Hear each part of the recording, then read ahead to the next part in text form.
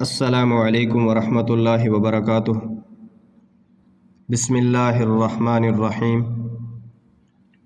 اللہم صلی علی محمد بعدد کل داء و دواء وبارک وسلم۔ حضرت ابو ہریرہ رضی اللہ تعالی عنہ سے روایت ہے کہ ایک شخص نے رسول اللہ صلی اللہ علیہ وسلم سے اپنی قساوت قلبی یعنی سخت دلی کی شکایت کی۔ آپ صلی اللہ علیہ وسلم نے ارشاد فرمایا کہ امسح رأس الیتیم، یعنی یتیم کے سر پر ہاتھ پھیرا کرو، وَأَطْعِمِ الْمِسْكِينَ، اور مسکین کو کھانا کھلایا کرو۔ سخت دلی اور سنگ دلی یہ ایک روحانی مرض ہوتا ہے اور انسان کی بدبختی کی نشانی ہوتی ہے۔